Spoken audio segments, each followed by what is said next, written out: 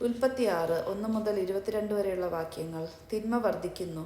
മനുഷ്യൻ ഭൂമിയിൽ പെരുകാൻ തുടങ്ങുകയും അവർക്ക് പുത്രിമാർ ജനിക്കുകയും ചെയ്തപ്പോൾ മനുഷ്യപുത്രിമാർ അഴകുള്ളവരാണെന്ന് കണ്ട് ദൈവപുത്രന്മാർ തങ്ങൾക്ക് ഇഷ്ടപ്പെട്ടവരെയെല്ലാം ഭാര്യമാരാക്കി സ്വീകരിച്ചു.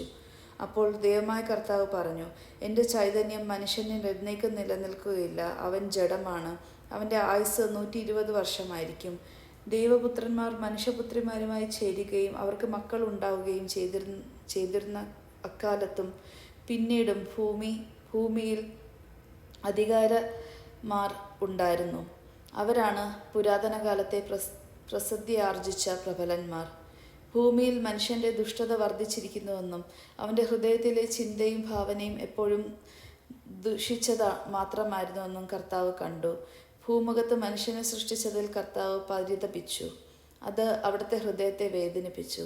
കർത്താവ് അരുൾ ചെയ്തു, എൻ്റെ സൃഷ്ടിയായ മനുഷ്യനെ ഭൂമുഖത്ത് നിന്ന് ഞാൻ തുടച്ചു മാറ്റും. മനുഷ്യനെയും മൃഗങ്ങളെയും ഇഴജന്തുക്കളെയും ആകാശത്തിലെ പറവകളെയും ഞാൻ നാമാവിശേഷമാക്കും. അവയെ സൃഷ്ടിച്ചതിൽ ഞാൻ ദുഃഖിക്കുന്നു. എന്നാൽ നോഹ കർത്താവിൻ്റെ പ്രീതിക്ക് പാത്രമായി. ഇതാണ് നോഹയുടെ വംശവലി. നോഹ നീതിമാനായിരുന്നു. ആ തലമുറയിലെ കറയറ്റ മനുഷ്യൻ. അവൻ ദൈവത്തിൻ്റെ മാർഗത്തിൽ നടന്നു. നോഹയ്ക്ക് 3 പുത്രന്മാരുണ്ടായി: ഷെയിം, ഷാം, യഫത്ത്. ദൈവത്തിൻ്റെ ദൃഷ്ടിയിൽ ഭൂമി ആകെ ദുഷിച്ചതായി തീർന്നു.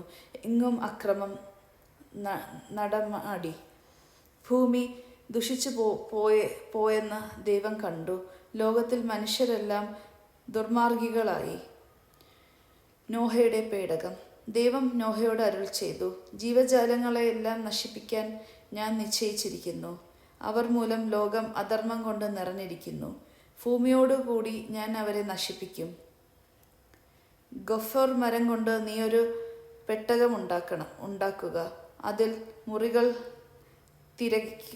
തിരിയുകയും അതിൻ്റെ അകത്തും പുറത്തും കീല് തേയ്ക്കണം. ഇങ്ങനെയാണ് അതുണ്ടാക്കേണ്ടത്.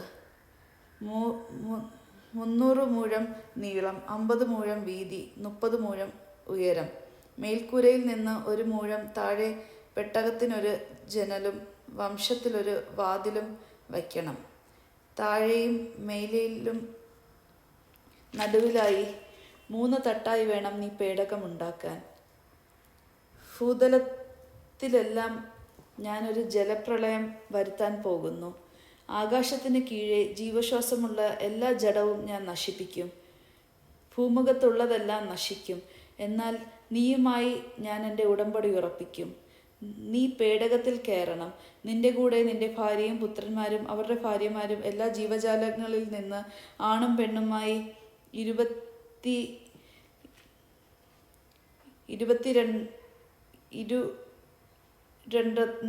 നീ പെട്ടകത്തിൽ കയറ്റി സൂക്ഷിക്കണം.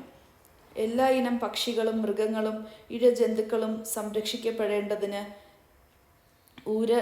ഈ 2 നിന്റെ കൂടെ വരട്ടെ.